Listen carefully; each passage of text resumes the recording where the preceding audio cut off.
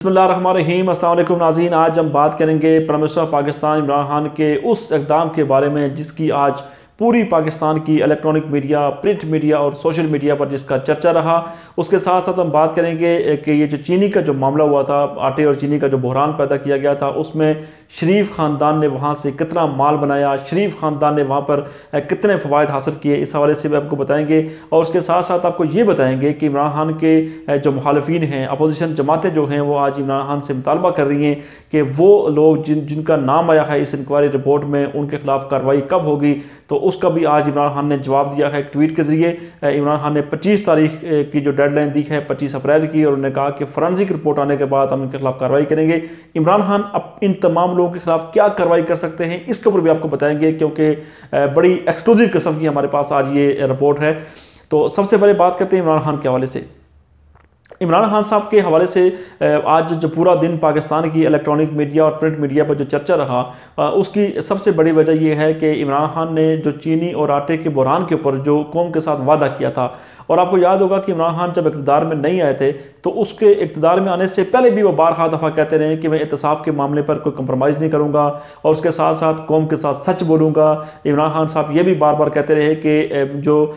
Mafia एक बैठा हुआ है, मुल्क को जो लूट रहा है, मैं उसको एक्सपोज करूँगा। तो लोग उनकी बातों को मजाक समझ रहे थे, लोग समझ रहे थे शायद इमरान खान वोट हासिल करने के लिए और अपोजिशन पर तनकीद करने के लिए ऐसी बातें करते हैं। लेकिन जब पाकिस्तान तरीके इंसाफ की हुकूमत इक़्तिदार में आई, तो इक़्तिदार में आने के बाद हमने देखा कि जिस अंदाज़ में शरीफ ख़ानदान के ख़िलाफ़ केसेस खोले गए, जिस अंदाज़ में ज़रदारी ख़ानदान के ख़िलाफ़, सिंध हुकूमत के ख़िलाफ़, शजील मेमन, ओमनी ग्रुप, अनवर मजीद और दीगर लोगों के ख़िलाफ़ जो केसेस खोले गए, नैब एक्टिव हुआ, नैब ने कार्रवाइयाँ करना शुरू की। बहरहाल उसके बाद उन लोगों को बेल तो हो गई, केसेस अभी चल रहे हैं, लेकिन इमरान खान अपना वादा जो है वो पूरे करते हुए नज़र आ रहे हैं। लेकिन उनका असल इम्तहान जो था वो ये था कि अपनी ही हुकूमत में अगर कोई स्कैंडल अगर आता है तो वो क्या अपने लोगों के खिलाफ कार्रवाई करेंगे कि नहीं करेंगे।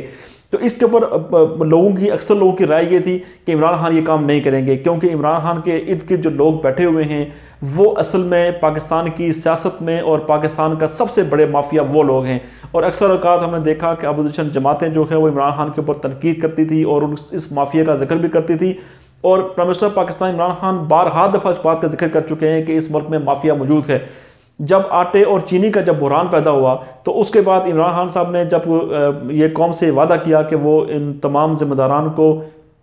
इंसाफ के कटहरे में लेके आएंगे, तो उसके बाद अपोजिशन बारहा दफ़ा ये मुतालबा कर चुकी थी कि उन ज़िम्मेदारान का नाम क्यों पब्लिक नहीं किया जा रहा, वो रिपोर्ट क्यों पब्लिक नहीं की जा रही। और हुकूमत की तरफ से एक ही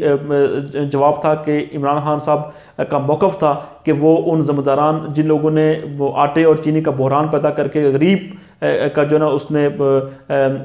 गरीब के साथ जो ज़्यादती की है उसका जो है वो अजाला ज़रूर करेंगे। तो बहरहाल अक्सर लोगों का ये ख्याल था कि इमरान खान ये काम नहीं कर सकते, इमरान खान उन लोगों के खिलाफ कार्रवाई नहीं कर सकते, क्योंकि वो ताकतवर माफिया है, उसके हाथ में बड़ा कुछ है जिसका अगर इमरान खान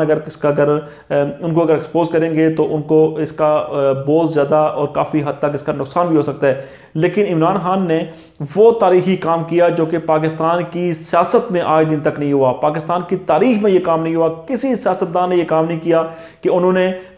जो है किसी भी कमीशन की जो रिपोर्ट उसको उनने पब्लिक किया हो। हमारे यहाँ क्या होता है कि हमारे यहाँ जब भी कोई वाक़या होता है, जब भी कोई सानिया होता है, जब भी कोई इशू होता है, तो वहाँ पर इंक्वायरी कमेटी बैठ जाती है, वहाँ पर इन्वेस्टिगेशन